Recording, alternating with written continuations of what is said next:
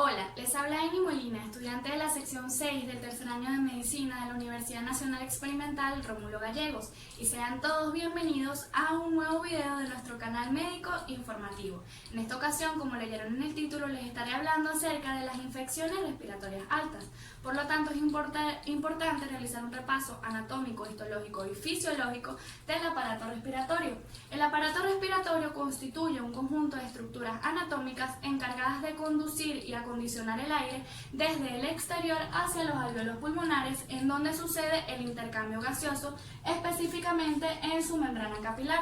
Cabe destacar que este proceso es gracias a la ventilación pulmonar. La ventilación pulmonar no es más que el conjunto de procesos que hacen fluir el aire desde la atmósfera hacia los alvéolos pulmonares, caracterizado por dos actos alternantes, los cuales son la inspiración y la expiración. Pues en la inspiración el oxígeno es introducido al interior del organismo para luego ser transportado al resto del cuerpo a través de la sangre gracias a la elevación costal, al descenso del diafragma y a la contracción de los músculos intercostales externos principalmente y otros músculos, los cuales van a permitir una expansión adecuada de los pulmones para permitir la entrada de aire. Por el contrario, la expiración es la salida del dióxido de carbono, el cual es la eliminación final del metabolismo celular. Cabe destacar que para ellos este está caracterizado por el ascenso del diafragma, en donde se ve involucrada la contracción abdominal y los pulmones vuelven a su estado normal, permitiendo la salida de aire. Cabe destacar que todo esto es importante, y aquí destacamos la importancia del aparato respiratorio, y es que este cumple la función vital de llenar de oxígeno la sangre que circula por todo el cuerpo para que este cumpla con sus funciones básicas. Para fines clínicos, el aparato respiratorio se encuentra dividido en dos tractos o porciones, en donde primeramente tenemos una vía aérea respiratoria alta o tracto respiratorio superior, el cual está conformado por la cavidad nasal, la faringe y la laringe, y una vía respiratoria baja o tracto respiratorio inferior, que incluye las demás estructuras anatómicas como lo son la tráquea, los pulmones y su bifurcación en bronquio principal derecho, bronquio principal izquierdo, posteriormente los bronquiolos hasta llegar a los alvéolos pulmonares.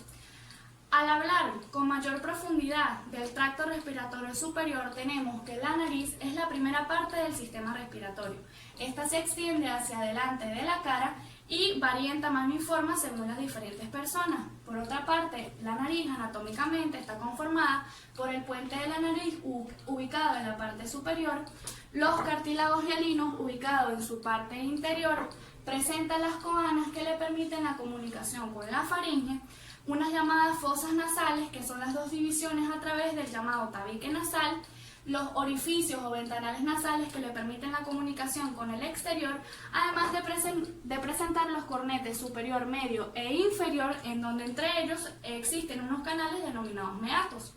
Histológicamente, la nariz está conformada por un epitelio pseudoestratificado columnar ciliado con células caliciformes, como la mayoría de las estructuras del aparato respiratorio. En cuanto a las funciones de la nariz, vamos a tener que esta tiene una función protectora gracias a unas vibrisas que presentan en el exterior, que no son más que pelos gruesos que atrapan partículas grandes, evitando que éstas vayan al resto de las vías respiratorias. Posteriormente, el epitelio antes mencionado tiene unas glándulas que secretan una mucosa denominada mucosa nasal. Esta atrapa las partículas finas, volviéndolas un moco, y como dije, ese epitelio posee unos cilios que no son más que una especie de flagelos que están en constante desplazamiento, los cuales arrastran ese mosco infectado hacia la faringe y ésta lo envía hacia el esófago, de manera que llegue al estómago y ese moco infectado sea desactivado, para que posteriormente no cause una infección a nivel general del sistema.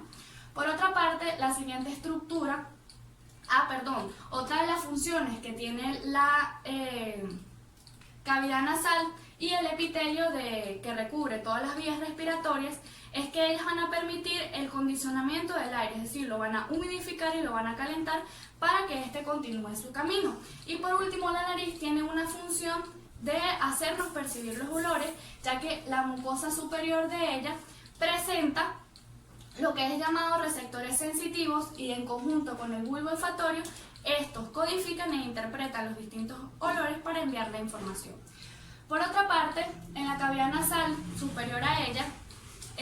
destacan unas estructuras estructuras denominadas senos paranasales. Los senos paranasales no son más que cavidades llenas de aire que surgen por el tapizamiento o el llenado de mucosa nasal de los huesos del cráneo, en donde los huesos que incluyen espacios aéreos tenemos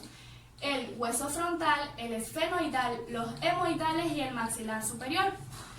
De esta manera podemos continuar con la siguiente estructura del aparato respiratorio, el cual va a ser la faringe. La faringe es un tubo que continúa con la boca y es el órgano o la estructura que tiene es la estructura común entre el aparato respiratorio y el aparato digestivo, ya que ella después continúa con el esófago. Para una mayor descripción de ella, esta está dividida en tres partes, donde tenemos primeramente la nasofaringe, la cual se denomina de esta forma ya que está ubicada detrás de la nariz. Esta nasofaringe, posterior a ella, va a poseer unas llamadas amígdalas faringias o amígdalas adenoides, en donde ellas van a estar comunicadas con las trompas de Eustaquio del oído, y posterior a ellos hay unas amígdalas denominadas tubáricas. Cuando existe una afección en los adenoides, esta afección por proximidad puede llegar a las amígdalas tubáricas y generar una obstrucción de la trompa de Eustaquio, lo que lleva a una infección del oído medio, que se denomina como otitis media. Es por esto que esta patología está incluida dentro de las infecciones respiratorias altas. Posteriormente, la segunda parte de la faringe es la orofaringe, la cual tiene comunicación con la boca, y aquí también se presentan amígdalas palatinas y linguales. Cabe destacar que en conjunto las amígdalas faringias o adenoides, las linguales y las palatinas forman un círculo de tejido linfoide que tiene la función principal de actuar como mecanismo de defensa y diseminar todas aquellas infecciones que quieren atacar al aparato gastrointestinal y al aparato respiratorio. La última parte del sistema respiratorio, de la faringe, es la laringofaringe, la cual, como su nombre lo indica, se encuentra por detrás de la laringe, y esta cumple unas funciones de reflejos en donde cuando el aire pasa hacia el aparato respiratorio, la comida pasa hacia el aparato respiratorio, se produce el reflejo de la tos, y cuando el aire pasa hacia el aparato digestivo se produce lo que son los eructos. Posteriormente a ello tenemos la laringe. La laringe no es más que un tubo el cual tiene la función de fonación o de la emisión de la voz, gracias a que ella posee en su interior las cuerdas vocales. Además, esta cumple una función protectora, ya que ella tiene una estructura denominada epiglotis, la cual se cierra para evitar que en el paso de los alimentos estos se vayan hacia las vías respiratorias inferiores, ocasionando una obstrucción. Por eso se dice que cuando deglutimos, la respiración se detiene por unos pequeños segundos. Una vez entendidas todas las estructuras del tracto respiratorio superior, podemos comenzar a hablar de qué son las infecciones respiratorias altas. Como su nombre lo indica, las infecciones respiratorias altas no son más que todas aquellas infecciones capaces de afectar al tracto respiratorio superior, en donde va a generar una inflamación, ya sea en la cavidad nasal, en la laringe, en la faringe, en los senos paranasales y hasta en el oído. Cabe destacar que al hablar de una infección nos estamos refiriendo a toda invasión y multiplicación de agentes patógenos en un tejido determinado, que como podemos observar en este caso es en el tejido respiratorio. Por otra parte, las infecciones respiratorias altas constituyen una alta gama de entidades patológicas, en donde las principales tenemos la rinitis, la sinusitis, la rinofaringitis, la faringoamigdalitis, la laringitis, el resfriado común, la gripe o influencia A, B o C, entre otras. Algo que tener en cuenta es que estas constituyen la mayor visita al médico de medicina general. Y al presentar una patología de estas debemos ser muy cuidadosos, ya que recordemos que la mucosa del sistema respiratorio es continuo. Así que si alguna de esas estructuras disemina esa infección a otra parte, podemos agravar el cuadro clínico. En esta ocasión les estaré hablando de las infecciones respiratorias altas más comunes en cuanto a su incidencia epidemiológica. Primeramente tenemos la sinusitis, la cual no es más que la inflamación de la mucosa que tapiza las paredes de los senos paranasales. Cabe destacar que etiológicamente esta se debe básicamente a infecciones bacterianas y en menor medida a infecciones virales, donde las bacterias como el Streptococcus pneumoniae, la Haemophilus influenzae y la Moraxella catarrhalis constituyen más del 70% de las infecciones por sinusitis, además de tener otras causas como la intubación nasotraqueal, partículas extrañas y aerosoles químicos. La fisiopatología de la sinusitis se basa en un defecto del drenaje del seno, es decir, que se encuentra obstruido y no hay actividad mucociliar. Esto se va a basar en que primeramente la aparición de la infección va a desencadenar hipersecreción de moco, esto va a llevar a un edema de mucosa y posteriormente se va a producir un estancamiento de la misma, lo que va a hacer que se propicie la colonización bacteriana. Además, otro de los agentes fisiopatológicos que se incluyen aquí es la quimiotaxia, la cual está caracterizada por la migración de los leucocitos a la zona infectada, dañando el epitelio mucoso y la mucosa debido a sus enzimas lisosómicas. En cuanto a la clasificación de la sinusitis, esta puede ser aguda cuando es de aparición súbita y su periodo de evolución es menor a 3 semanas y crónico cuando su periodo de evolución es mayor a 3 semanas. También se puede clasificar según el seno que afecte, donde podemos tener sinusitis hemoidal, esfenoidal, frontal y de maxilar superior.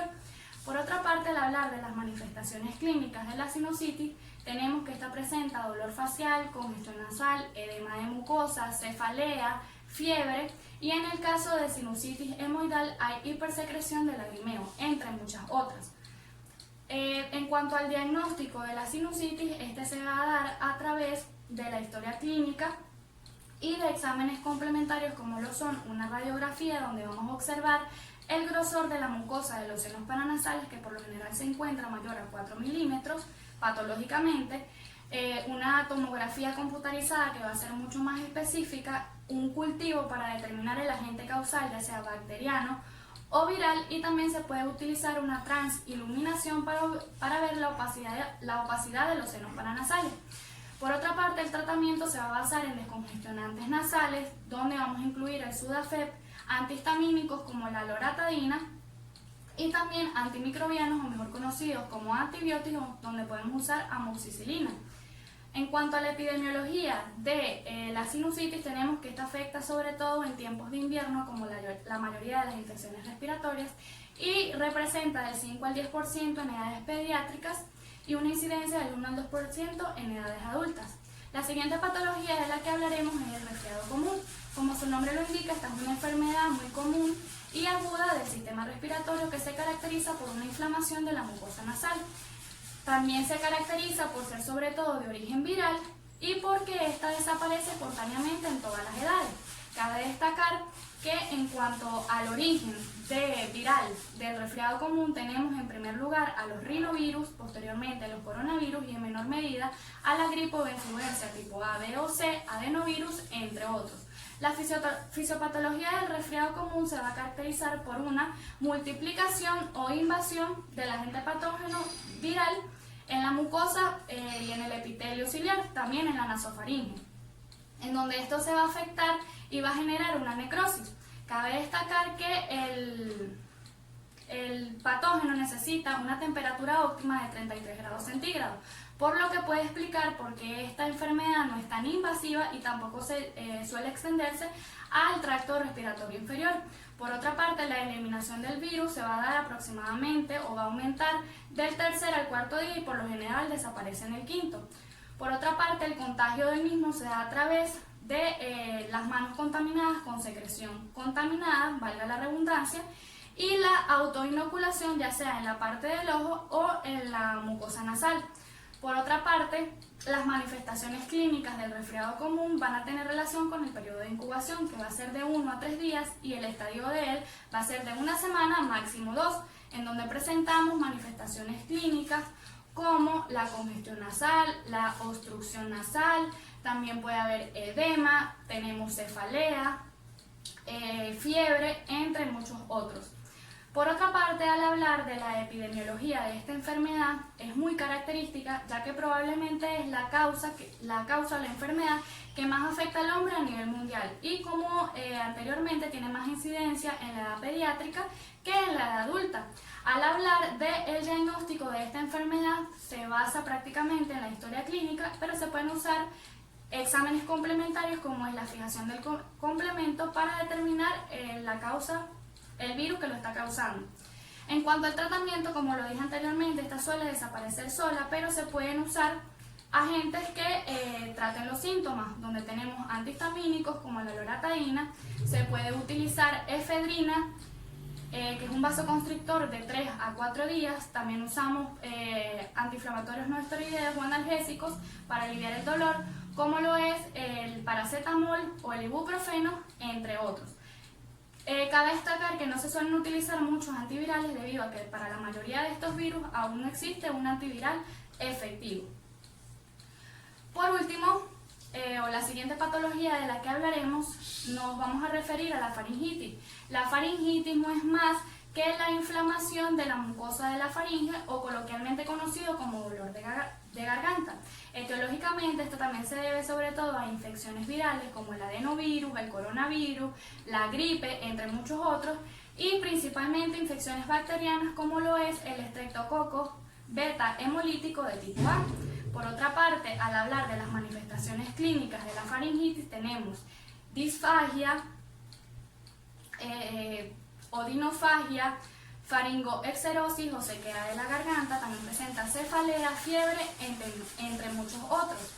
El diagnóstico de la faringitis se va a basar en una buena historia clínica que presente los síntomas cardinales, además que en la exploración física nos vamos a fijar en la palpación del cuello para determinar la inflamación de las amígdalas que mencionamos anteriormente. Y también se puede utilizar una fijación de complemento para determinar el virus o la bacteria que la está causando. En cuanto al tratamiento de la faringitis, se utilizan sobre todo lo que son los antibióticos, como por ejemplo la penicilina. Y epidemiológicamente la faringitis representa alrededor del 15% de las enfermedades de infecciones respiratorias altas. La última enfermedad que vamos a tratar es la influenza A, o mejor conocida como virus gripal. El virus gripal no es más que una enfermedad muy contagiosa causada por el virus denominado influenza, que puede ser de tipo A, B o C, en donde el tipo A es el más fuerte, el tipo B también es agravante, pero en menor medida que el B, y el tipo C se presenta muy poco en humanos, porque más que todo este se da en animales. En cuanto a la denominación de este virus, este se va a basar gracias a su estructura, en donde tomaremos más que todo en cuenta antígenos como lo son las nucleoproteínas y la matriz. De esta manera, la influenza A va a tener dos proteínas que son muy importantes o que la caracterizan en general a la influenza, como son la hemaglutinina, denominada H, y la neurominidasa, denominada N. Estas además van a tener subtipos que en la hemaglutinina o en la H va a ir del 1 al 10 y en la neurominidasa va a ir del 1 al 5, que le van a permitir denominar la enfermedad. Por eso la influenza A de hemaglutinina 1 y de neurominidasa 1 se denomina influenza AH1N1. Por otra parte, cabe destacar que la acción que va a tener lo que es la nucleoproteína H es que le va a permitir al virus adaptarse al tejido de manera fuerte, y la nucleoproteína N lo que va a permitir es que éste se escape de las células que quieren destruirlo.